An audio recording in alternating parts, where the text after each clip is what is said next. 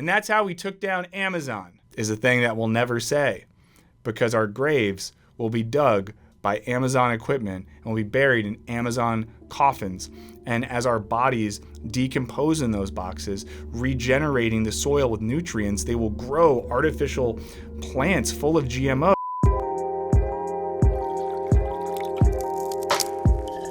So it might be a new year, but I'm still stuck in 2022 because I can't stop obsessing over the demented circus that has been the Elon Musk era of Twitter. Now, since taking over the site in October, he's been an agent of chaos, concocting important policies on the fly and basing decisions off of weirdly worded user polls. He's overseen UI design changes that defy aesthetic principles. He's added new data that really makes me feel like a loser. You know, the view count, so now you can see 2,000 people viewed your tweet and 2 people liked it. And he's banned anyone who mocks him, but especially journalists. This whole thing has felt like watching a hyperactive toddler run a Chipotle.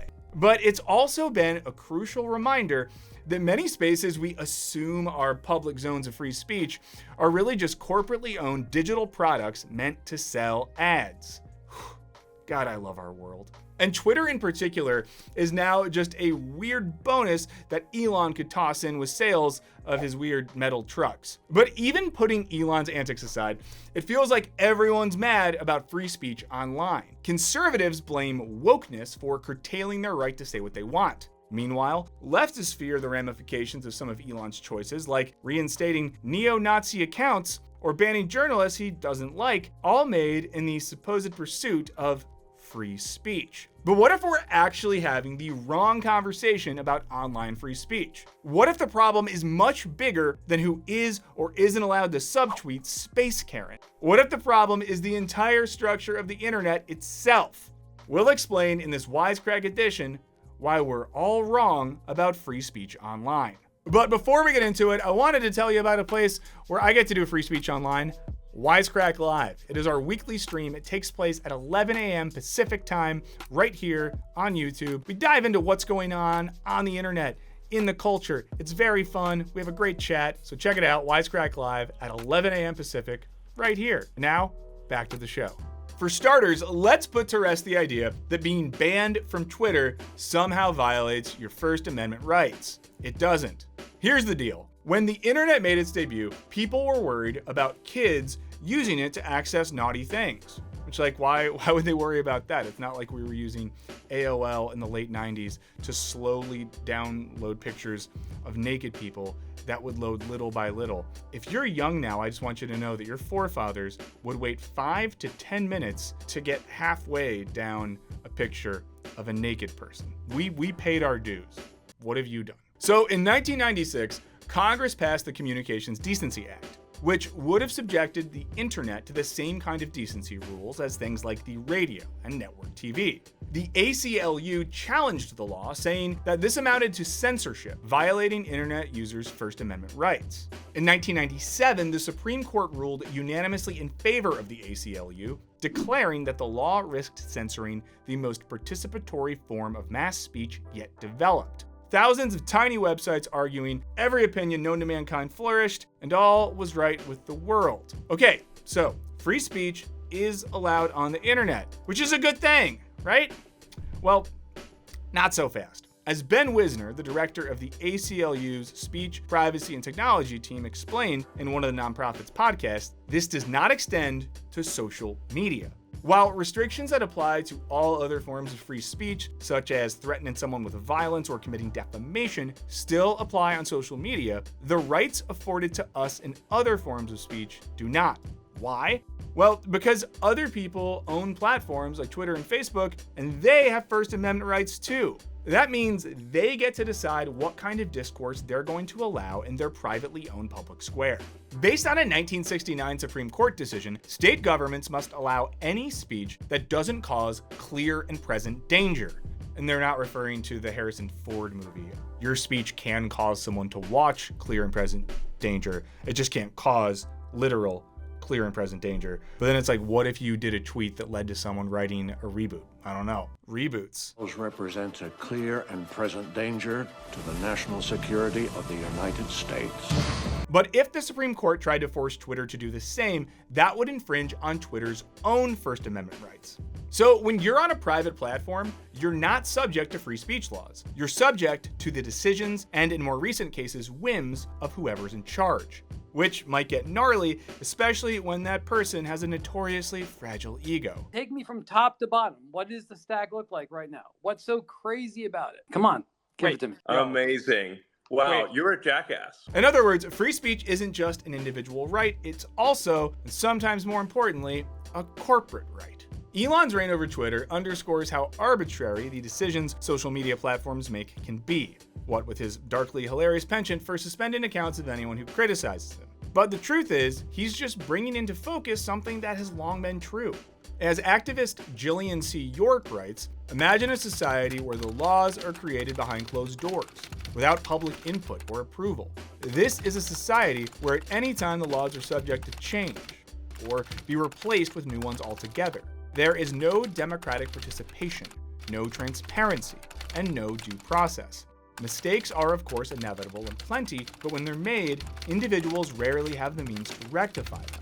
This society exists inside the social media platforms created in Silicon Valley and exported throughout the rest of the world.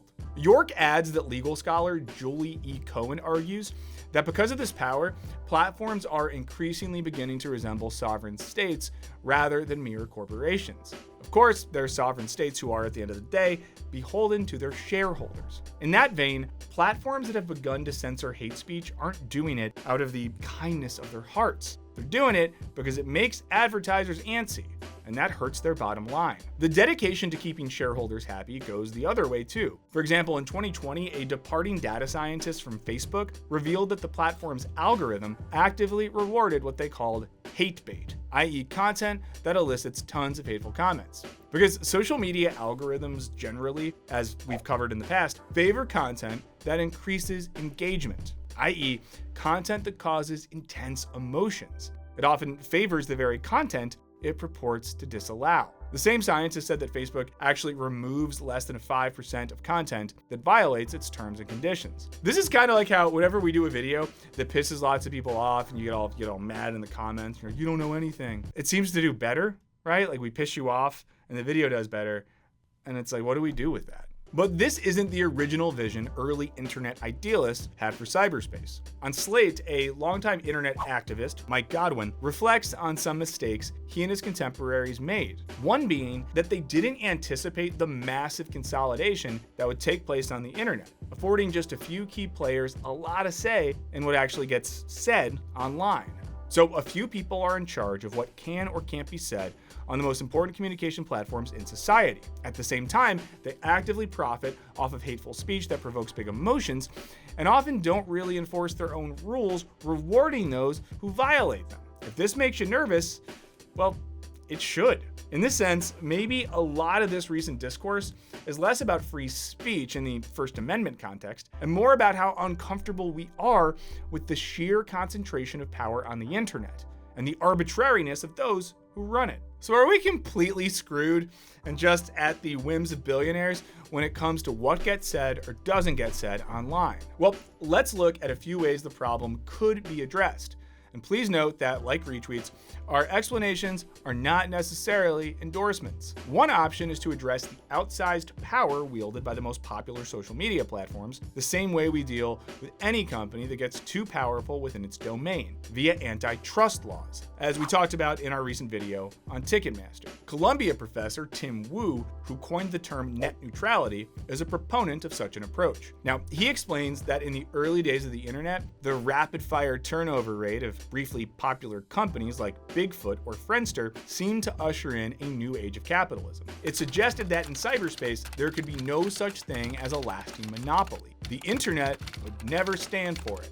And that's how we took down Amazon, is a thing that we'll never say, because our graves will be dug by Amazon equipment and will be buried in Amazon coffins. And as our bodies decompose in those boxes, regenerating the soil with nutrients, they will grow artificial plants full of GMO. But he notes after a decade of open chaos and easy market entry, something surprising did happen. A few firms did not disappear. Unfortunately, antitrust law failed to notice. Basically, major tech players got a free pass for years to engage in anti-competitive mergers. Most notably Facebook, which realized, as Wu puts it, that instead of surrendering to the inevitable, it could just buy out the new. Rather than competing with places like Instagram, it simply bought them. It'd be sort of like if you had a romantic partner and you were worried that they were going to move on to someone younger and cooler, that you then attracted the younger, cooler person and just ate them. Wu argues that a number of significant actions need to be taken to reshape the internet. One suggestion is trust-busting monopolistic tech companies like we did to the industrial giants in the early 20th century.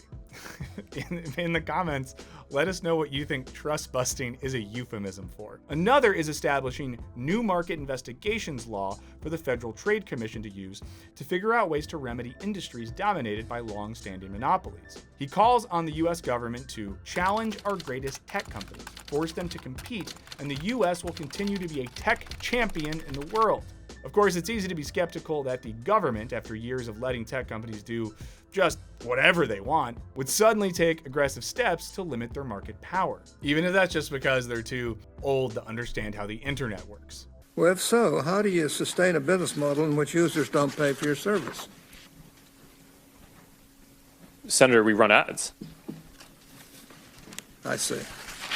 That's great. So what's a second solution? There are those that ascribe to the notion that social media platforms have essentially become public utilities rather than mere open platforms, just as other widespread and frequently used things like electricity or running water are. The Brookings Institute makes such a case, arguing that private powers who shape the fundamental terms of citizens' common life should be held accountable to the public good. Online as well as offline, the infrastructure of the public sphere is a critical tool for communication and organization, political expression, and collective decision-making.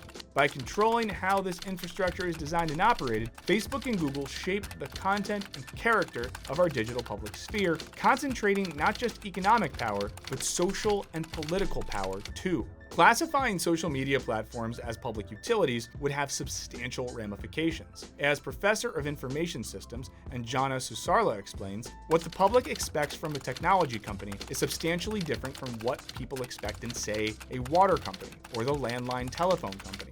Utility companies need to be accountable to the public, offering transparency about their operations, providing accountability when things go wrong, allowing verification of their claims, and obedience to regulations meant to protect the public interest. Basically, just as your electricity company can't just make an oopsie and not give you power for weeks without public accountability, unless you live in Texas, or unless you live in one of the places in California where the power company f***ed up some wires and then fires broke out and a bunch of people died and lost their houses. But unless that happened, Facebook wouldn't be able to ban you by accident without similar accountability. They would be under the same kind of scrutiny as other public utilities, and the shadowy aspect could be exposed to Musk's favorite disinfectant. Of course, there are counter-arguments. Treating Facebook like a public utility might do more to cement its monopoly-like dominance, or could impose undue and harmful government regulation onto tech companies, thus limiting innovation. There's also just reason to be skeptical that the government would go from sitting on its hands to taking such a significant leap.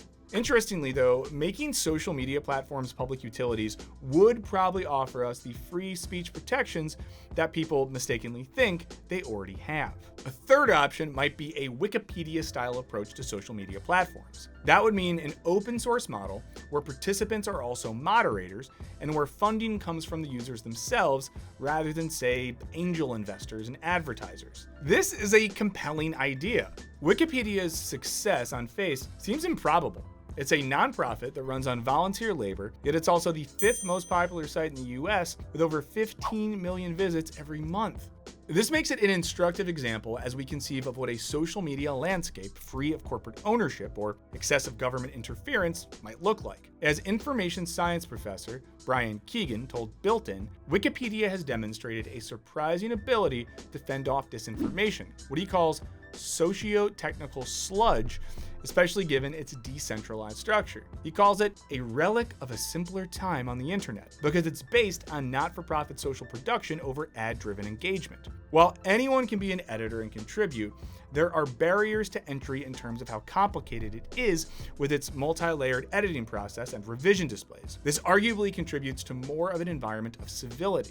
It has a strong editorial identity, uses machine learning to flag suspicious activity, and is committed to transparency of knowledge, or lack thereof, via things like changelogs and footnotes. Wikipedia founder Jimmy Wales, though arguably biased, agrees that social media companies could learn from his site's success, arguing that, "I do think that one of the solutions that these companies should be looking at is how do we put more decision-making power into the hands of the thoughtful people in our community. So if we recognize there is a problem with troll groups, well, who's out there on the front line fighting them? If it's just the company and the company's algorithms, well, you are losing that battle, clearly." There are other benefits to Wikipedia's model, in that it doesn't elevate extreme content. Importantly, as Stanford Internet Observatory researchers Miles McCain and Sean Gallagher explain, unlike social media platforms, Wikipedia editors don't fight for engagement. The incentives that push content to the extremes on other platforms simply don't exist on Wikipedia. After all, Wikipedia has no incentive to maximize engagement. It's a nonprofit and not ad-supported. Obviously, social media is inherently different from a participatory encyclopedia, but it's worth imagining what a nonprofit, peer-moderated, decentralized social media ecosystem might look like and what its implications might be. Would it make for better, more civilized discourse? Could it make us all more accountable in the fight against disinformation, hate speech, and other deeply unpleasant aspects of our current system? Of course, this plan isn't flawless either. Wales actually tried to start his own social media site that relied on a subscription model and volunteer moderation. And there's probably a reason you haven't heard of it. Obviously, we weren't going to solve the massive storm that is our current social media landscape in one video. But we think the most important thing here is that when we talk about free speech online, we tend to focus on one bad policy choice, or one bad algorithm, or one really bad tweet. But when we do that, we also kind of tacitly accept that the current system is the only possible one. It's important to remember that the internet is young, and its norms aren't necessarily set in stone. So next time, before you and your Discord DMs get into a fight about who should own Twitter after Elon, consider that the answer might be no one. But what do you guys think? Is this a reminder that we need to step back and consider things like free speech from a structural perspective? Or do we just need to accept that businesses have rules and we need to follow them? Let us know what you think in the comments. Thank you so much, as always, to our patrons for supporting our right to internet free speech. If you haven't checked out our Patreon in a while, please do. We have a link in the description. But thank you all so much to everyone for watching. We appreciate it, and we'll see you later.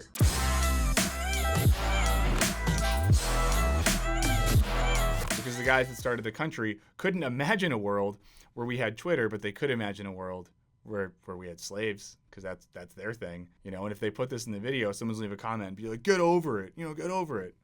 No, you get over it, Dale.